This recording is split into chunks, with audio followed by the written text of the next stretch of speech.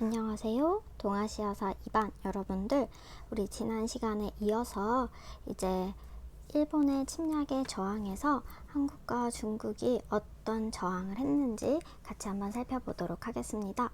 일단 새로운 내용을 살펴보기 전에 선생님이 지난 시간에 기억하라고 했던 지도 한 번만 보고 넘어가도록 할게요.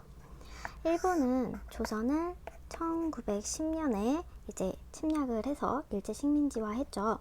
자, 그리고 이를 바탕으로 이제 바로 한반도 위쪽에 있는 만주를 침략하는데, 이 만주 사변이 바로 1931년, 그래서 여러분들은 1930년대 초반이다 라고 기억을 해주시면 되겠습니다.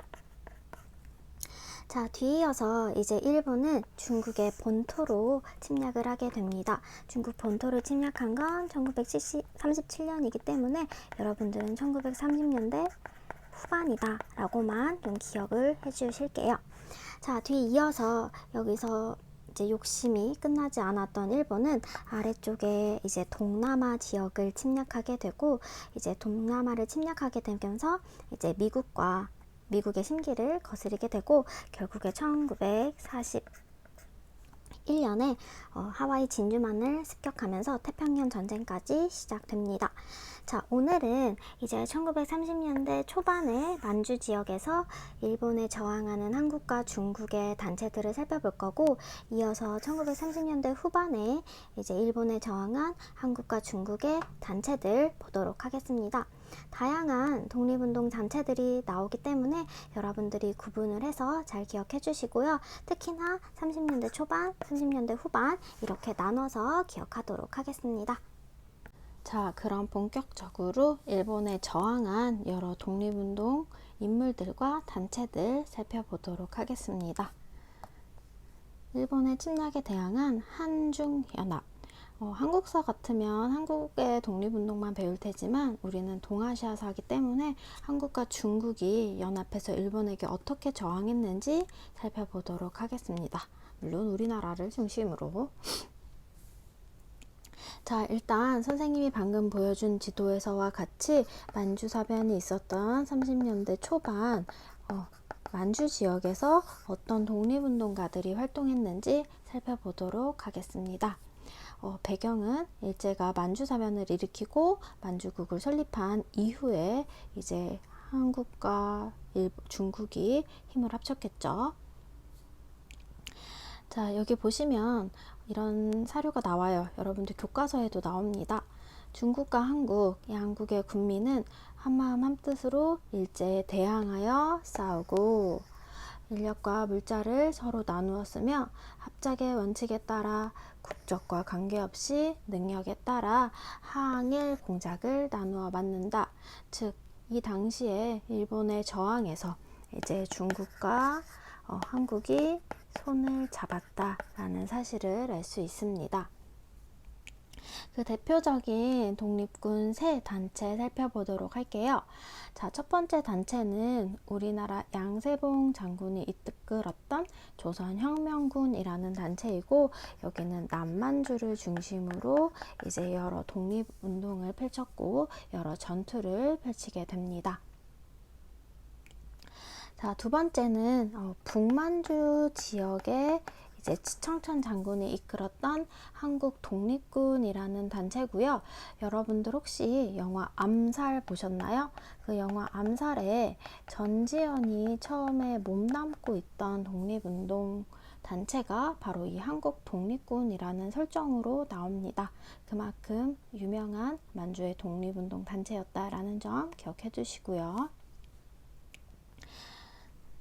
자, 그리고 세 번째는 동국인민혁명군이라는 단체고, 전해오는 썰로는 북한의 김일성이 이끌었던 단체다라고 합니다. 그래서 여기 설명에 나와 있는 대로 중국 공산당의 주도로 조직된 무장부대로 다수의 한국인이 가담했다. 그래서 지금 방금 보여준 세 단체 모두 중국과 함께 힘을 합쳐서 일본에 저항한 단체다라고 보시면 되겠습니다.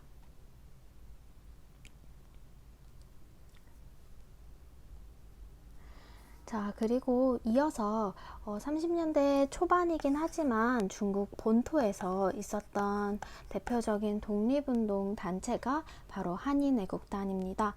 아마 여러분들이 가장 많이 알고 있는 단체이지 않을까 싶네요.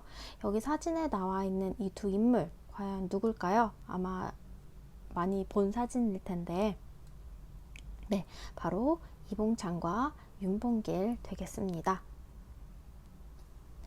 이 두 사람은 당시 김구의 임시정부가 이끌고 있던 한인애국단에 들어가서 이제 일본에 저항하는, 어떻게 보면은 군대라기보다는 개인이 이제 직접 발벗고 나선 이제 활동이라고 보실 수 있겠죠.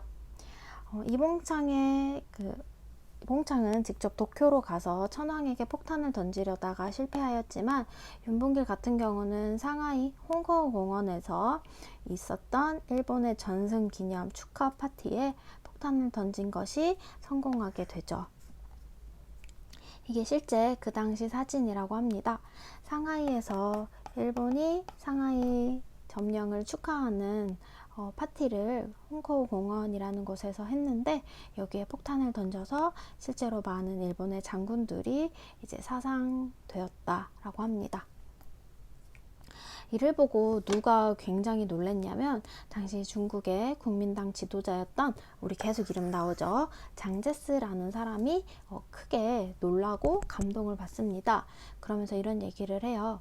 사억 중국인이 해내지 못한 위대한 일을 한국인 한 사람, 즉 윤봉길이 해냈다라고 이제 엄청나게 극찬을 하게 되고, 이때부터 이제 장제스는 대한민국 임시정부의 독립운동을 물신양면으로 지원해주기 시작했다라고 합니다. 우리가 장제스 계속 얘기했죠. 바로 라오쩌둥의 라이벌이자 지금 대만의 건국의 아버지다. 그래서 여러분들이 나중에 대만에 가게 되면은 여기 이렇게 장제스 기념당이 엄청나게 크게 지어져 있어요. 나중에 꼭 대만에 가서 한번 보시길 바랄게요. 자, 그러면 이제 1930년대 후반으로 가보도록 하겠습니다. 1930년대 후반은 이제 중국이 중국 본토를 침략하는 중일전쟁이 일어나게 되면서 이제 중국 관내, 선생님이 만리장성 이남이라고 했죠. 이 만리장성 안쪽에서 여러 침략이 일어나게 됩니다. 가장 대표적인 단체가 바로 조선의용대라는 단체이고, 이는 의열단을 이끌었던 김원봉이 만들었던 단체입니다. 김원봉은 이전에 의열단이라는 단체를 만들었는데, 이는 주로 개인의 소위 말하는 테러 활동을 통해서 일본에게 저항했다라면 이거는 안 되겠다, 군대를 만들어야겠다 라면서 조선의용대라는 군대를 창설하게 됩니다. 이 역시 앞서 말했던 장제스의 국민당이 지원을 해줌으로써 중국 안에서 군대를 만들 수 있었어요. 하지만 이 조선의용대는 두 개의 파로 나뉘게 되는데, 일단 사회주의 계열과 이제 민족주의자로 나뉘게 되면서, 사회주의 계열은 이제 빠져나가서 조선의용군이라는 단체를 만들게 되고, 김원봉을 비롯한 민족주의자 계열은 임시정부에서 만든 한국광복군에 합류하게 됩니다. 한국광복군 얘기는 바로 이어서 하도록 할게요. 자, 굉장히 역사의 비극이라고 보시면 되는데, 분명히 같은 조선의용대에서 시작했는데 일부 민족주의자는 한국광복군으로, 또 일부 사회주의자들은 이제 조선의용군으로 가게 되는데, 이 조선의용군은 훗날 북한군, 그리고 한국광복군은 훗날 국군이 되어서 나중에 6.25 전쟁 때는 서로 적이 되어서 싸우는 역사의 비극을 가장 크게 보여주는 단체라고 할 수 있습니다. 한국광복군 같은 경우는 대한민국 임시정부에서 만들었던 단체이고, 이 역시도 이제 국민당의 지원을 바탕으로 설립된 단체입니다. 여기 사료에 나와 있듯이 한국 광복군은 중화민국 국민과 합작하여 우리 두 나라의 독립을 회복하고 공동의 적인 일본 제국주의자를 타도하기 위하여 연합군의 일원으로 항전을 계속하였다. 우리는 한중연합전선에서 우리 스스로의 부단한 투쟁을 감행하여 동아시아를 비롯한 아시아 민중의 자유와 평등을 쟁취할 것을 약속하는 바이다. 여러분들 교과서에 있는 내용이니까 여기 선생님이 빨간색으로 한 부분에다가 밑줄 쳐 놓으시길 바랄게요. 좀 이따 교과서 정리할 때 한 번 더 보도록 할게요. 한국 광복군은 중국 국민당과 협조해서 일본과 저항했고, 이제 주로 일본어를 할 수 있는 사람들이 우리나라 사람들이 많다 보니까 포로를 신문하는 등의 활동을 했다라고 해요.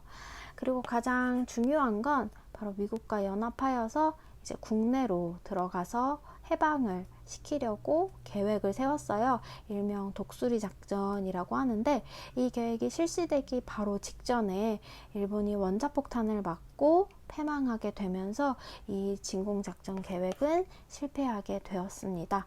되게 아쉬운 게 만약에 진공작전이 성공해서 해방했다면 우리 손으로 직접 독립을 이루었다라고 자신있게 말할 수 있지만, 이러한 계획이 수포로 돌아가고 일본이 원자폭탄을 맞고 독립이 되었기 때문에 이후 미국과 소련의 이러한 간섭이 어쩌면 당연해지지 않았을까 하는 생각이 들어요.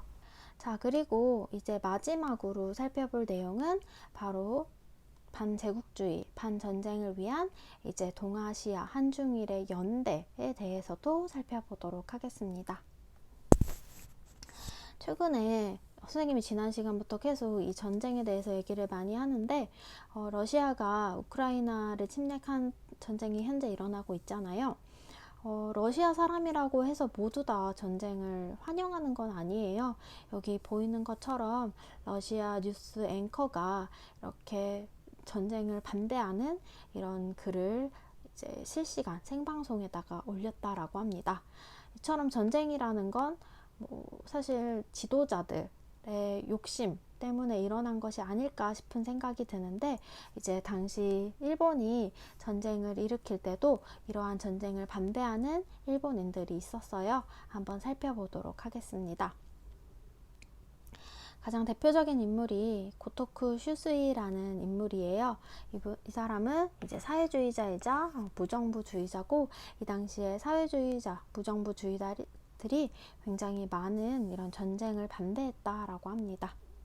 자, 대표적인 단체가 이제 바로 아주 화치네라는 단체예요. 방금 앞서 봤던 고토쿠 슈스이가 이제 포함되었던 단체이고, 첫 번째 문장 보시면 이제 도쿄에서 활동하던 중국인, 인도인, 일본인 혁명가들 사이에서 반제국주의를 목표로 이제 국제연대 단체가 조직되었다라고 보면 됩니다. 자, 이 단체엔 유명한 아까 앞서 봤던 일본인 평화주의자 고토쿠 슈스이, 그리고 베트남의 유명한 독립운동가인 판보이 쩌우, 그리고 우리나라 임시정부의 외교부 장관이었던 조소왕 등이 참여했다라고 합니다. 그만큼 규모가 꽤 큰 국제단체였습니다.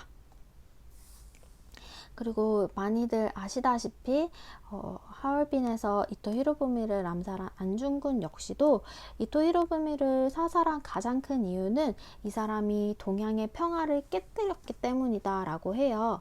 그래서 안중근이 꿈꿔왔던 세상은 무엇이냐면 바로 한중일 3국이 공동으로 관리하는 군항을 만들고, 그리고 3국의 공동의 은행을 설립하고, 3국의 공동의 군대를 편성하고, 즉 3국이 평화롭게 다 같이 으쌰으쌰 하는 그러한 세상을 꿈꿨는데, 이토 히로부미, 즉 일본이 이를 막고 자기들이 막 침략을 했다라고 생각해서 이토 히로부미를 암살한 거예요. 어찌 보면 평화를 꿈꿨던 안중근의 생각이 되게 좋았던 것 같은데, 현재에도 한중일은 서로 안 좋은 감정이 너무 많으니까 안중근도 되게 아쉬워하지 않을까 하는 생각이 듭니다. 그리고 아시아 민족 반일 대동당이라고 해서 말 그대로 전쟁을 일으킨 일본에 저항하는 이제 독립운동 단체다라고 보시면 됩니다. 앞서 아주 화친회에도 참여했던 조소왕이 이 단체를 만들어서 일본에게 저항했다라고 보시면 됩니다. 이외에도 우리나라의 무정부주의자였던 이회영 선생 역시도 이러한 동방 무정부주의 연맹을 만들어서 한중일의 연대를 꿈꿔왔기도 했고요. 그리고 영화로도 나왔죠. 박열, 그리고 가네코 후미코, 그리고 후세 다스지. 박열이라는 영화에서도 나왔는데 이들도 역시 한국과 일본이 연합해서 이러한 전쟁을 반대하자라는 그런 것들을 꿈꿨다라고 합니다. 그리고 하세가와 대루는 말 그대로 일본인이에요. 근데 일본인임에도 불구하고 이제 중국의 침략을 반대하던 사람이었다라고 합니다. 남편이 중국인이었다라고 해요. 그래서 중국에서 반일 방송을 계속했다라고 합니다. 여기 보시면 하세가와는 당시 도쿄의 신문에서 달콤한 목소리의 매국노라고 비판을 받았고 아버지가 목숨을 위협받는 편지도 받기도 했대요. 굉장히 일본 안에서도 이러한 전쟁을 반대하는 사람들이 존재했다라는 거 여러분들이 기억하셨으면 좋겠습니다. 그 외에도 일본 병사 반전동맹이라고 해서 중국 공산당의 포로가 된 일본군이 중심이 되어서 전쟁을 반대하는 일본군의 투항과 탈영을 호소하는 단체들도 만들어졌다라고 합니다. 최근에 선생님이 뉴스를 보는데 우크라이나에게 잡힌 러시아 포로들이 이렇게 기자회견을 했대요. 우리도 전쟁을 원하는 게 아니다 라면서 이렇게 기자회견을 했다는데 사실 전쟁이라는 건 앞서 얘기한 것처럼 지도자들이 자신들의 어떻게 보면 국익을 위해서 일으킨 거지만 사실 이런 일반적인 시민들은 전쟁에 대해서 아무것도 모르고 이렇게 참전하지 않았나 하는 생각도 들게 만드는 일입니다. 과거에 한 80년 전에 있었던 일이 오늘날에도 여전히 일어나고 있다라는 사실은 조금 안타까운 사실이죠. 자, 그래서 여기까지 이제 일자의 침략에 저항해서 무력으로 싸운 사람들 그리고 평화를 위해 시위를 하던 사람들 이렇게 두 갈래로 나누어서 살펴보았습니다. 자, 여기까지 보고 이제 우리 교과서 정리하고 마무리하도록 할게요. 여러분들 교과서 펴주세요.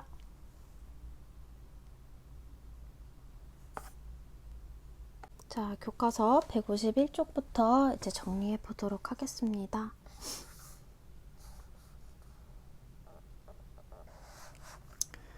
자, 첫 번째 여기 적어주세요. 1930년대 초반 만주사변을 계기로 만주의 한일 독립군과 중국군은 일본의 공동의 적을 규정하고 서로 연합하여 한일전을 전개했다. 그래서 만주사변으로 인해서 30년대 초반에 이제 한중이 연합이 시작됐다라는 점.